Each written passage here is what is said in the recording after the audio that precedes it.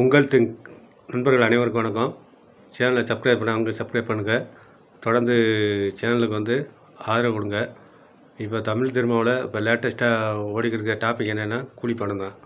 ஏன்னா கூலிப்படம் எந்த அளவுக்கு ஹைப் இருக்குன்னு எல்லாத்துக்குமே தெரியும். அப்படி இருக்கும்போது பார்த்தீங்கன்னா சில நெகட்டிவ் ரிவ்யூஸுங்கிற பேரில் நெகட்டிவ் ரிவ்யூஸ் கொடுத்துருக்காங்க.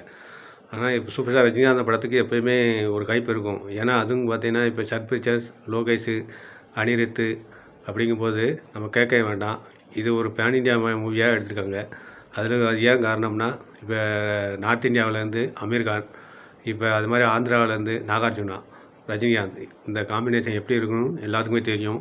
படம் அறிவிப்பு வெளியான நாளில் இருந்தேவும் படத்துக்கு வேறு மாதிரியான ஒரு ஹைப் இருந்தது. அது நாள் போக போக அது பிரிப்பிக்கிங்களே எந்த அளவுக்கு ஒரு பெரிய விஸ்வரூபம் எடுத்ததுன்னு எல்லாத்துக்குமே தெரியும். இதுவரை தமிழ் சினிமா செய்யாத பெரிய சாதனையை வந்து கூலி படம் வந்து செஞ்சுருக்கு.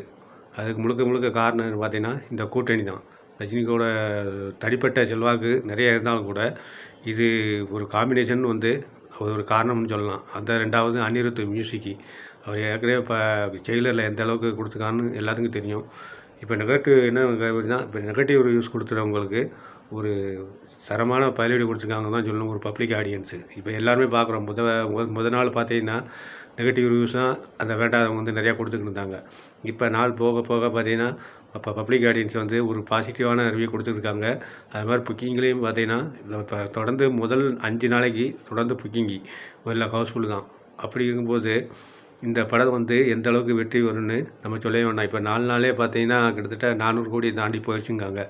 இது தமிழ் திரையுலகத்தில் ஒரு மெகா ஹிட் சாதனை தான். ஏன்னா மொத்தமே வசூலே 300 கோடி 200 கோடி இருக்கும்போது இது 4 நாளில் 400 கோடினா யாருமே எதிர்பார்க்காத ஒன்று. ஏன்னா இவங்க கூலி படம் எடுக்கும்போதே பார்த்தீங்கன்னா கிட்டத்தட்ட 1000 கோடி அந்த டார்கெட்டை வச்சு தான் எடுத்தாங்க. அந்த 1000 கோடியை தொடுமா என்னன்னு நம்ம பொறுத்திருந்து தான் பார்க்கணும். ஆனால் இப்போ உள்ள நிலமையில் பார்த்தீங்கன்னா இது ஜெட்டு வேகத்தில் தான் இதோட புக்கிங் வந்து போய்கிட்டு இருக்கு. அதாவது எப்படின்னா ஜெயிலரை விட வசூலை தாண்டுங்கிறதுல எந்த ஒரு ஐயப்பாடும் கிடையாது. ஐயப்பாடுனா ஜெயிலர் கிட்டத்தட்ட 650 கோடி. இந்த படம் கண்டிப்பாக 650 கோடியை தாண்டி 1000 கோடி தொடுறதுக்கு நிறைய வாய்ப்புகள் இருக்குது. ஏன்னா இப்போ வந்து இப்போ பப்ளிக் ஆடியன்ஸ் வந்து ஒரு பாசிட்டிவான ரிவ்யூ கொடுக்கறதுனால மேலும் புக்கிங்க்கு வந்து ஒரு இன்னும் அதிகமாக ஏறதுக்கு வாய்ப்பு இருக்குது. இதில் ஒரு சின்ன குறைபாடு என்னென்னா ஏ சர்டிஃபிகேட் கொடுத்தது.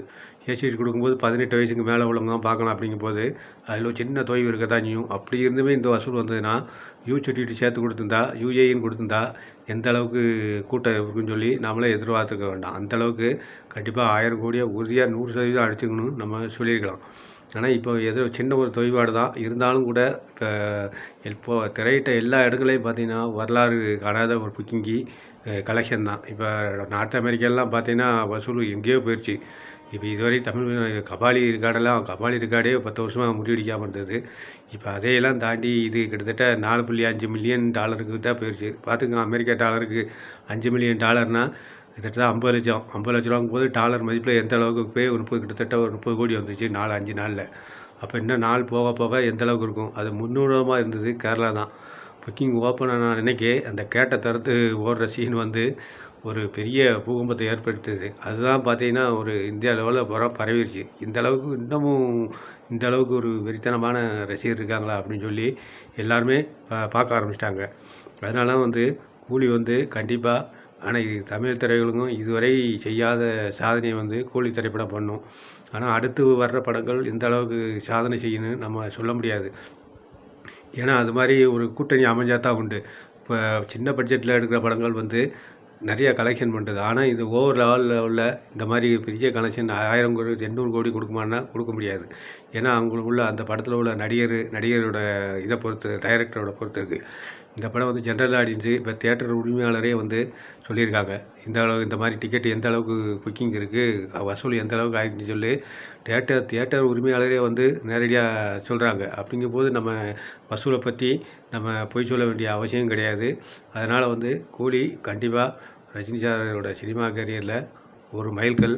அடுத்த படத்துக்கு என்ன இருக்கான்னு பார்க்கலாம். அந்த கூலி படத்தை பற்றி நீங்கள் என்ன கருத்து சொல்கிறீங்களோ கமெண்ட் பாக்ஸில் சொல்லுங்கள். சேனலை சப்ஸ்கிரைப் பண்ணுங்கள். தொடர்ந்து ஆதரவு கொடுங்க. நன்றி, வணக்கம்.